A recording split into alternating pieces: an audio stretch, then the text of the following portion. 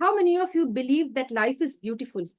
I do believe that life is beautiful if you have the right kind of people in your life. The right kind of people, the right kind of professionals who are there to help us in every step that we take. If I could be a little clear to everyone. So when you meet the right kind of people in your life and they make your life beautiful, and in turn you make their lives beautiful as well, by networking, by bonding and maintaining strong relationships for the right reasons. My dear friends, today it's time to welcome our celebrity and guest. She is none other than a person connected with mental health, doing her very best. She is none other than Dr. Pritika B Gonsalves. She is joining us from the lovely city Mumbai, Maharashtra, India. Join us to welcome our celebrity guest for today. Let's get to know more about her services and why did she take up all of this and how she's inspiring the youth and as well as serving the community in the right way. Hello, ma'am, and welcome to the session. Thank you so much for accepting the invitation to the Fabtalks. Thank you for calling me here, and it's great being part of this. And hello everyone, and it's nice that I'm going to speak about this topic to everybody. So thank you again. Most welcome, ma'am. Thank you so much for being humble to accept the invitation. I go ahead and share your profile and we begin the session. Thank you, dear.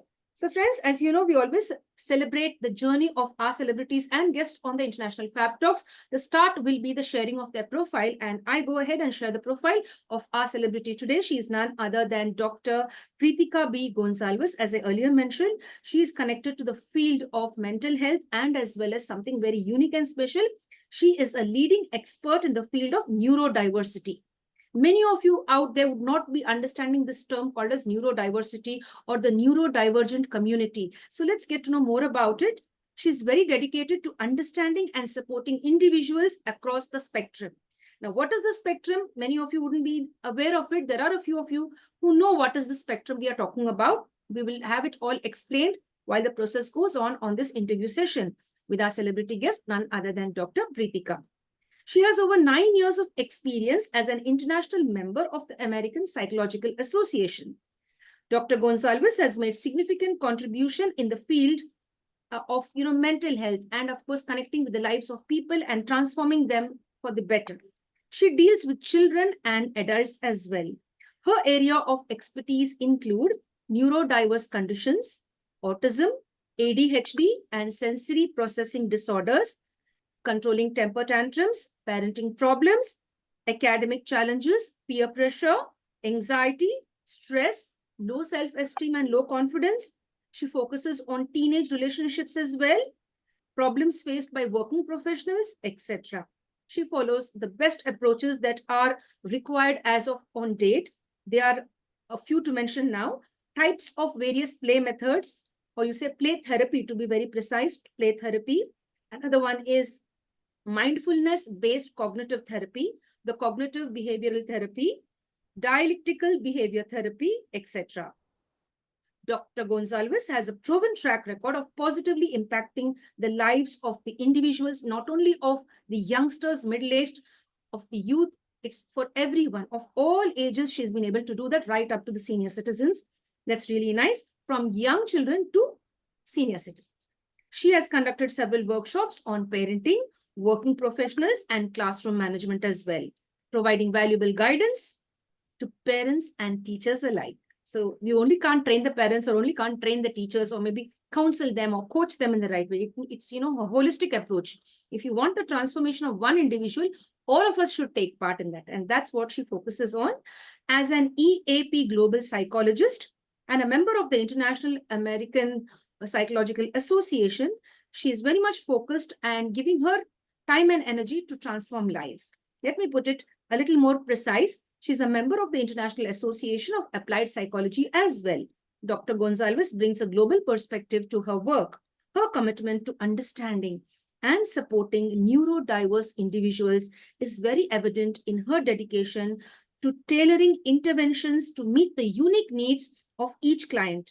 Dr. Pritika B Gonsalves is trusted and respected as a professional because she's very passionate. She's very passionate in bringing about a difference in the lives of all those people who come to her with a beautiful mind to be changed. Let me put it right. They come to her for a change. They come to her for a transformation or a shift in their lives. When they need this, they really reach out to this beautiful person. Let's get to know how they are doing it and what are the services she has to share with all of us today. And why is she into this journey? That is the big question. Dear ma'am, you have a wonderful profile. It's really very interesting. And it appears to me that you have put in a lot of effort. It's like you have more than 9 years of experience, I guess more than that, maybe. So, how would you define your journey for us? Who is the real Dr. Pritika B Gonsalves? In simple words, if you could share this, over to you. Yeah, so I would say I am a confidant, best friend, and a secret keeper of my clients. So it's something that I build a trust, and that trust helps them to be free towards me, and they know that I'm non-judgmental and they can be themselves. And even in my real life also, I practice my ethics of psychology. You will not see me raising my tone unless and until the other person raises it, but at most of the time I'm very calm.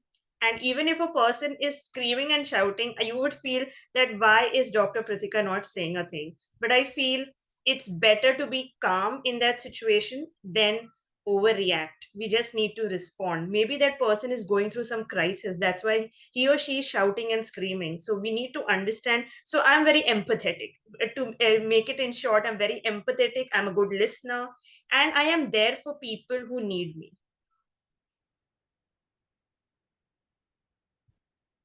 Yes, dear, you very beautifully explained yourself in a very brief way. That's really nice. You're very empathetic and you're a person who understands that silence is very important. That at the right time, you have to open your mouth. Of course, extreme silence is not right. You have to be silent at the right time. And again, you have to open up, that you made it very clear.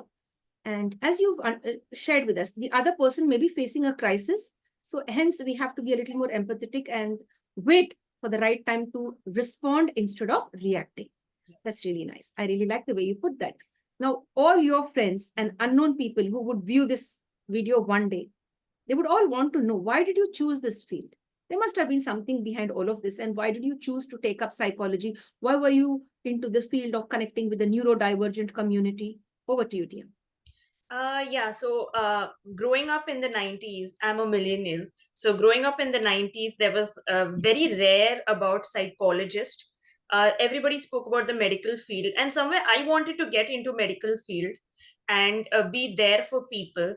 Uh, Today, many people come into this field for the money, but I know when I started out my career, that's not easy to make money in this, but you have to give your dedication and your hard work. Most importantly, I was bullied as a kid, and that is the time I realized that I needed somebody to support me. My parents supported me, helped me out to come out of it, but there are many that nobody has and they cannot even express. And you also may be knowing people, because of bullying as a victim, they can go through what lengths, and I want to be there for them as a support so that I can help them come out of it and make them understand, most importantly, that as a victim, you're not wrong. The bully is wrong. The bully also needs counseling. They need more counseling than the victim because the bully is insecure. So I want to make them realize that there are things where you get support, and I am there for them. Hats off to you. I'm really proud of you because you've shared this. This is in this week, this is the second time, the guests are sharing this, that they have been bullied. Previously we had Sila Ditya Mondal. He shared about his journey as to how he was bullied by his own best friends, as the so-called best friends. Now, ma'am, you were in school or in college when you were bullied? Like, how did you identify that this is bullying? How did you respond to it? Did you react, respond, or did you, go into your shell? Mhm. I was in eighth grade. As you mentioned, best friends, it was my best friends itself. I was standing in the middle, and they were surrounding me. And as growing up, I had sinus, right? So I sometimes during rainy season, winter seasons, I had to take sick leave because of my sinus, and that became a part of my weakness. On that, they started bullying me, and I was an introvert kid. So, and I had a lot of friends. I'm not saying I didn't have a lot of friends. I had a lot of friends, and those friends only from senior KG who knew me, they bullied me in eighth grade. And I couldn't say anything because I was shocked. But yeah, my friend, which I made just 1 month back, saved me from getting it into an extreme level. She went under, under the legs of those girls and pulled me out and brought me out from that circle. So yeah, and that I went into a shell. Yes, my grades started falling. I was always in extracurricular activities. I left extracurricular activities. I couldn't focus on my studies. And because of that, I got low grades in 10th grade because I was not doing what I loved doing. So, yeah, the things what I loved doing, I literally stopped. You could say it won't be depression, but yes, it was like always asking myself, what wrong did I do? Yes, dear. Thank you for sharing it. It's really very kind of you to share like this very openly on this platform, such that other children could speak up against this, the young generation now. If they are ever facing any abuse, please stand up against your abusers. Don't be silent or don't go into your shell. Thankfully, your wonderful friend came, and like the way you mentioned, I could visualize that the way she went down and pulled you out from that situation. That's really great. Hats off to your friend and to you also for bouncing back from ground zero. Now, dear, I would like to share an incident from my end. Like, I have seen a certain close relative of mine being bullied by his friends in the engineering college because he was very thin.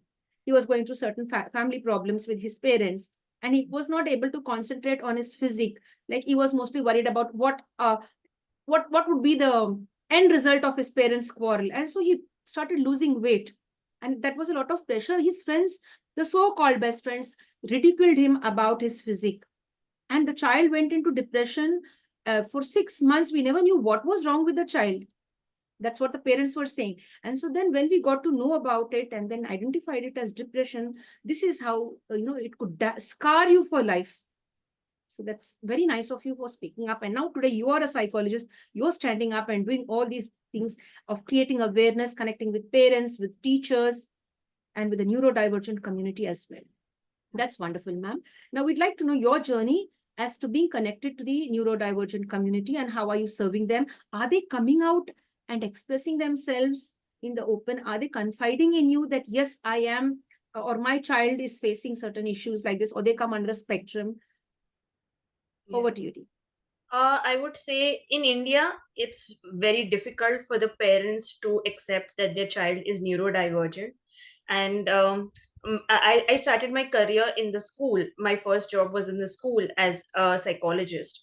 And there I noticed that they were okay, Indian parents are okay to accept their daughters as ADHD or neurodivergent, but they're not okay with their son accepting, I mean, being a neurodivergent. In fact, I would say um, boys don't get diagnosed that easily in schools.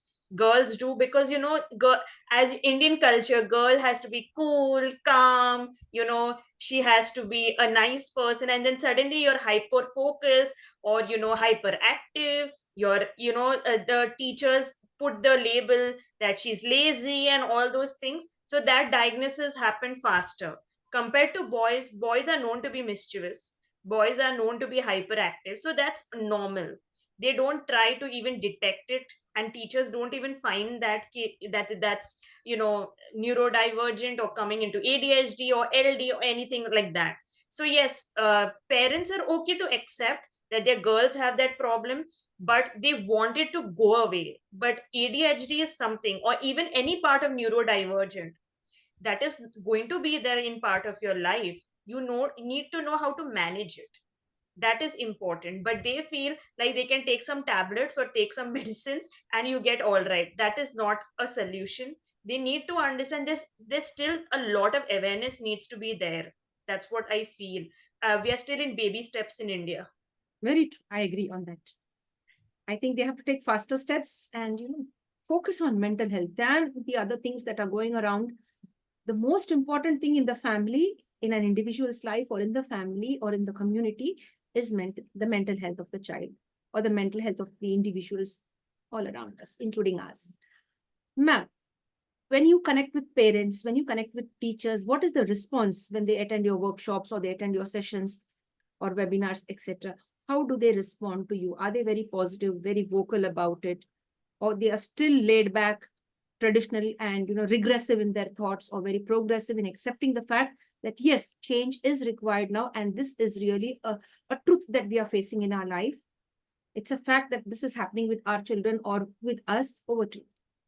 I would say, compared to the international level, as I work internationally too, compared to the international level, the teachers in India, they are good. I won't blame them at all, but they lack the training for, neurodivergent or any problem detection. So I would feel that the schools should have this training regularly so that it helps teachers detect it.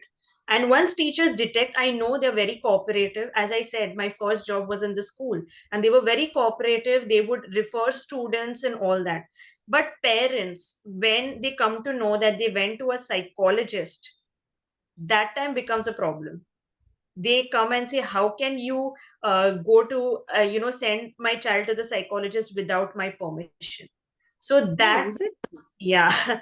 So then I have to use a trick where I say, your child is going to be with us maybe for 4 hours, 5 hours, but your child is going to be with you for a lifetime. So if you want your child to be all rounder, then you need to go to a psychologist so that he can be brilliant. And that is the time the parents accept, okay, take him for counseling, take her for counseling, we're ready for it. That's really nice. A beautiful way which you shared, right? The child will be with me maybe for 4 to 5 hours for counseling, or maybe for, to understand the child to perform better, or to understand actually what is the root cause. The child will be yours forever. For us, it's just a few hours, maybe. That's a very beautiful way of tackling the parents who are, quite stubborn in accepting the fact or allowing their children to meet a counseling psychologist or a counselor in school. That's great, dear. Now, if you would like to share about how do you take your sessions with regard to your profession, is it an online session, or is it offline, or is it a hybrid kind of methodology? Okay, so I started off with offline, and basically I was working in school, so I couldn't take much sessions, and it used to be weekends. But right now, after the COVID, I left the school job in COVID, and that is the time I started out with NGOs online, remote work.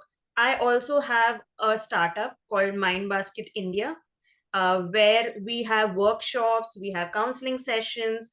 So you're basically, I would say in India, remote counseling sessions work quite better because nobody is going to pinpoint, oh, that person has gone to a psychologist, oh, that person has visited a clinic, no, and there's no stigma when it's online because it's inside your room, right? So they are themselves, and the techniques which I use for different age groups are different. Like for children, I use play therapy, and play therapy has everything. It has art, it has clay, it has sand tray, everything. And for adults, it differs. I don't use much of cognitive CBT, that's cognitive behavioral therapy, on children, but I rather use play and cognitive, so it becomes fun. So they like to be engaged in that, while for adults, it differs from person to person. What might suit you might not suit me. So yes, I am now completely remote online. I give online sessions, online workshops. That's why I am also serving internationally. That's really nice. That's really nice. That's great. Now, I like the way you put it, how you're dealing with the children, how you're connecting with them, and with the senior citizens, and as well as the youth and the middle age. Now, ma'am, amongst all of these age groups, who are the ones coming out themselves? Of course, children, they have to have the permission of their parents, brought by their parents. That we'll just leave that out. Now, the youth, the middle-aged and senior citizens, how many of them are coming out themselves to seek guidance or to seek counseling from, psychologists nowadays, including you? I would say the working professionals, from Mhm. the age of 21 to 50. They are the ones who come by themselves, and they mostly prefer online. They don't want to come face to face. They are very comfortable online, and they will not, I mean, I really like that, where it's not going to be a case of OCD. or grief, sometimes they only suffer from loneliness. Really, Sometimes they only suffer from self doubt.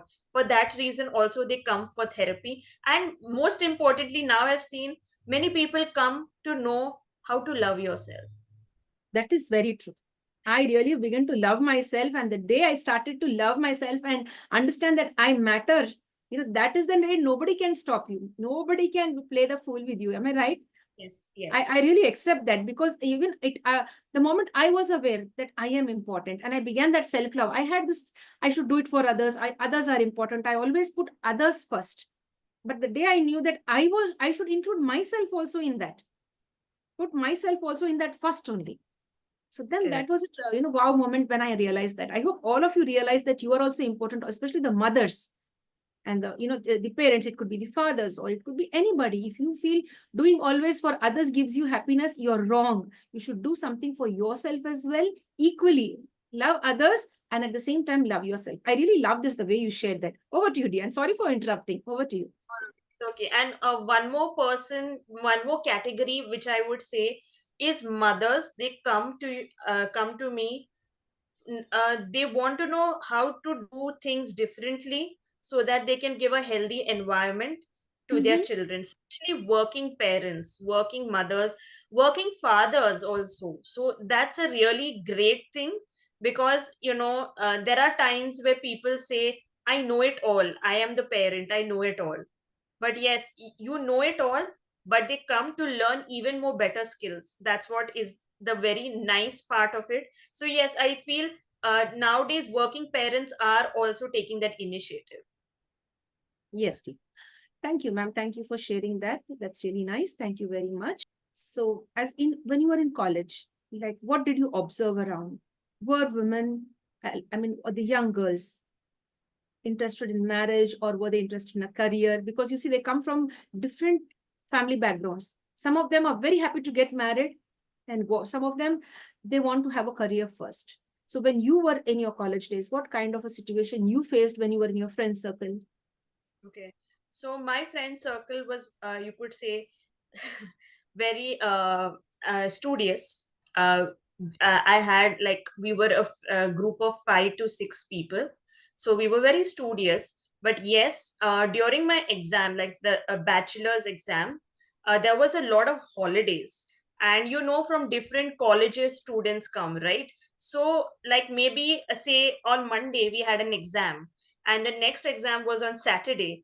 And Saturday, when we see that other girl, she's already married and her husband is coming to leave her to call, the Ah, examination hall.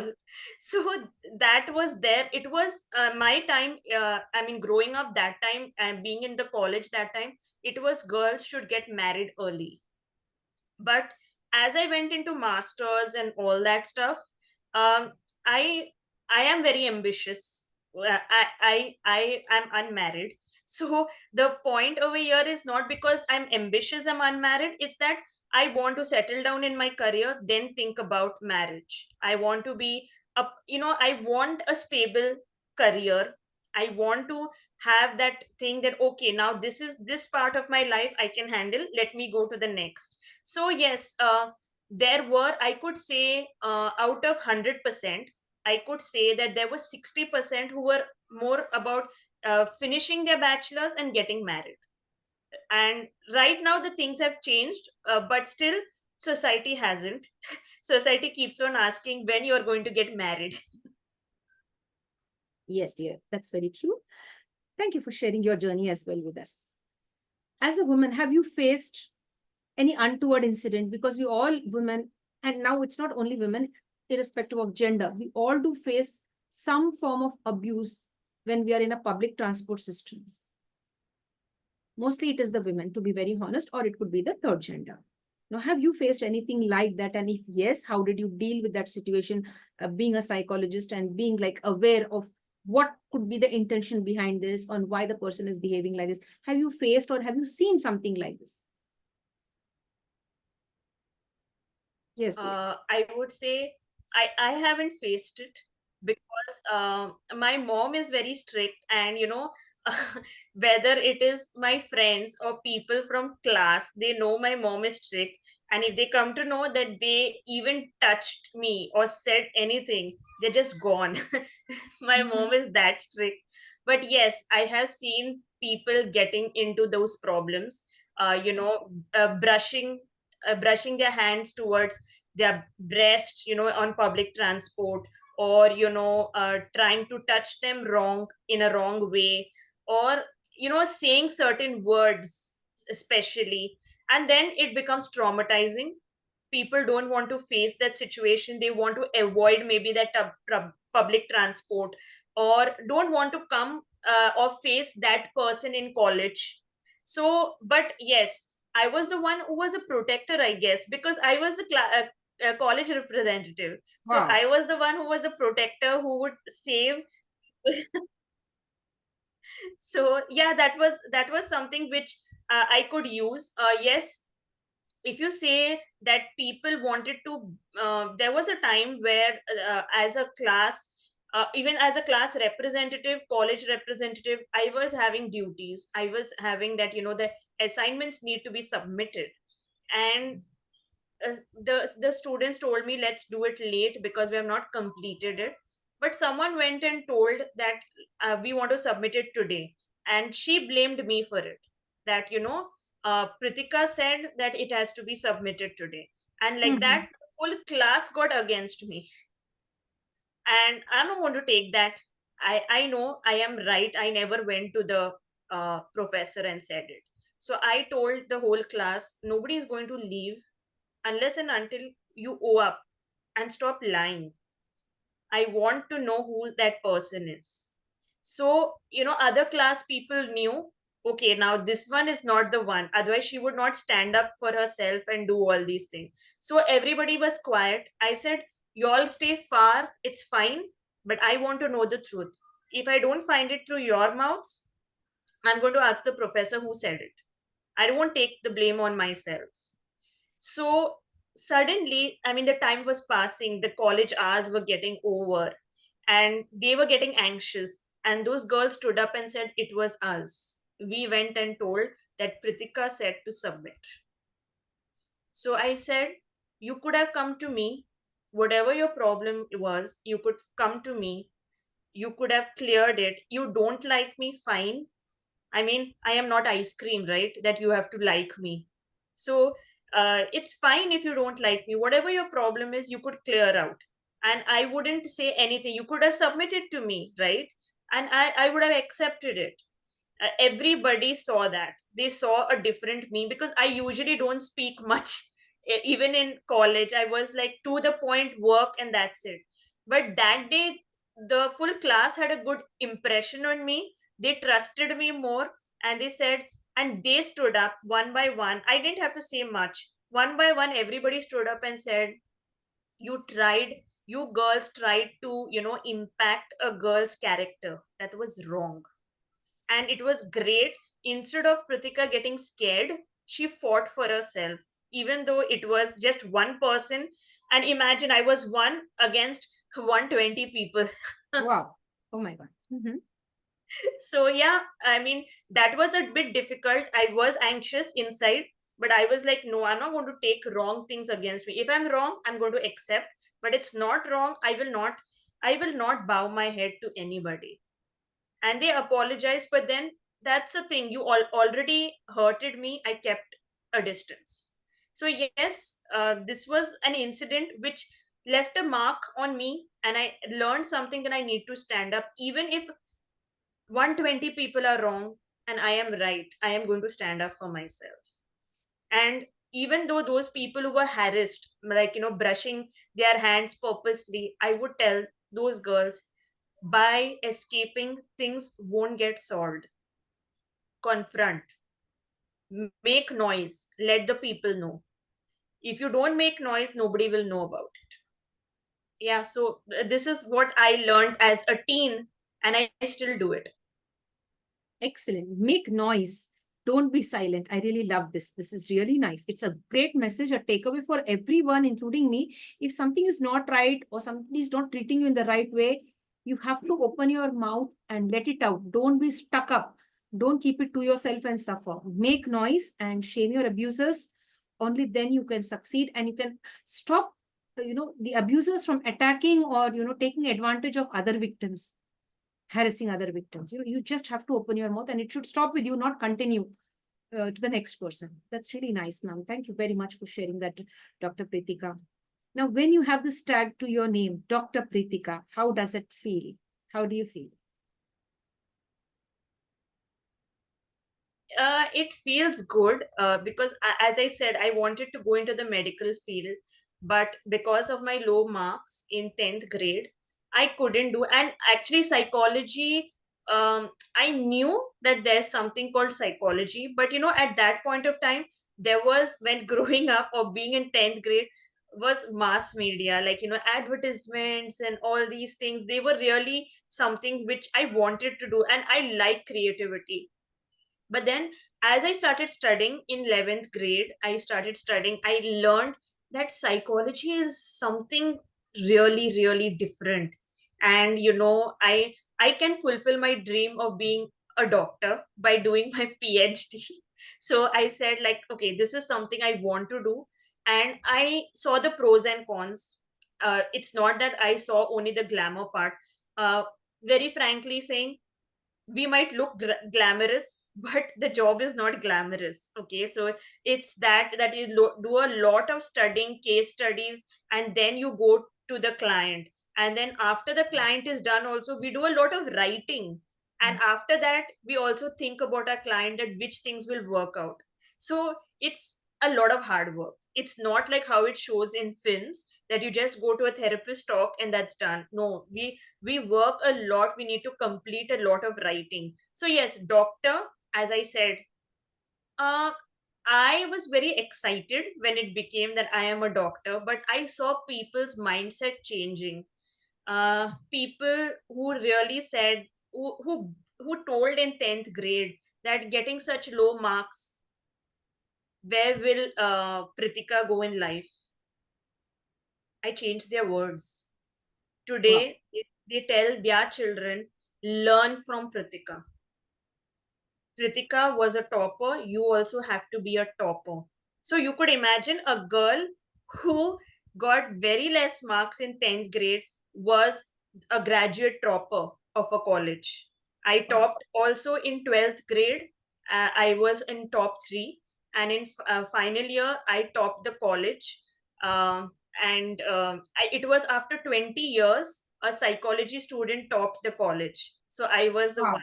Yeah. Great, great. Congratulations. Thank you for sharing that with us. You're It's a wow welcome. moment, right? That's really nice. And I would say people's mindset changes when doctor comes in front of your name. Whether it's celebrities, public figures, you comment on social media, they will like it, they will comment back to you. And when anybody gives you, says that I introduce myself as Dr. Pratika in a professional front, oh, they are like, really, they will be interested in your life. And they listen to you, they keep you on a high strata. Even personally, people want to say that I know Dr. Pratika. Even your classmates, your friends, they, if anybody asks us whose batch you were, oh, I was in Dr. Pratika's batch. So that it is a very celebrity feeling though. Wow. That's really nice. I love the way you honestly put it out, like having doctor tagged to your name. So that is like a celebrity feeling for all the hard work, right? That's really nice. That's really great. That's great, Dr. Kritika. You really shared that so well. Now, if we could know when you were completing your PhD, what was the main focus during that phase? Basically it was about depression in children. We feel that children don't have depression. And as you mentioned also that one of your relative went through depression, but you would be shocked that the youngest in India is a 2-year-old kid who went through depression.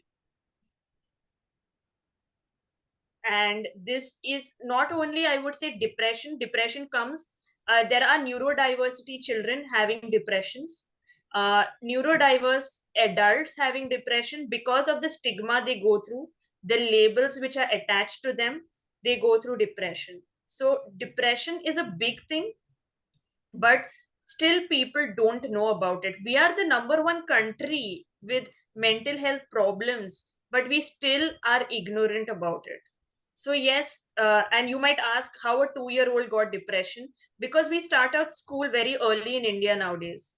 So we see all, the child goes to school, sees something new with another peer, and they too want the same. And then the parents say no.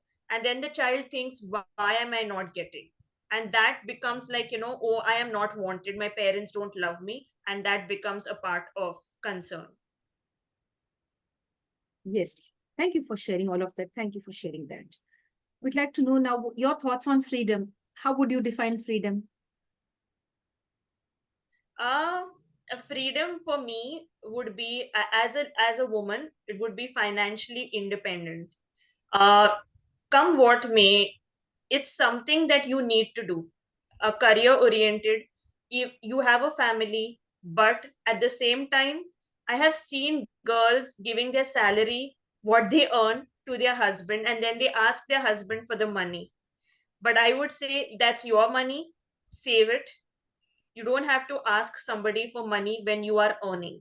And freedom is most importantly being you, being loving yourself. If you don't love yourself, you will never be free from the society's stigma and backlash and all those things. If you love yourself, you don't care about what others are saying about you. And as you said in I think earlier, that nobody can manipulate you once you know you love yourself and you are free to do what you want. Okay, as long as you're doing something right, there's no fear that anybody can say anything. And if they do say, just tell them my life, my rules. So that's freedom for me. Yes, dear. Superbly explained, ma'am. That's really very nice. Thank you so much for explaining that. We'll take a short break and we'll be back again. Yes. So, dear friends, we had a wonderful discussion with our celebrity and guest. We'll be back again in just a few moments. We'll be in part 2 as well. Join us on this beautiful journey of getting to know our professionals and getting to know how they have been into their profession, how they are taking it forward, and how they are making an impact in the society, how you could also become the next professional in your chosen field. It could be psychology, it could be the corporate sector, the banking sector, it could be just anything. We would love you to make your life a beautiful one by viewing the various talks that we have on the International Fabtalks. We take a break and we'll be back. My dear friends, if you like what the International Fabtalk team is doing, stay connected with us. Like, comment, subscribe, and share to the International Fabtalks. And do share this video with the right kind of people. We'll meet you soon in part 2 as well. Till then, stay connected and stay blessed.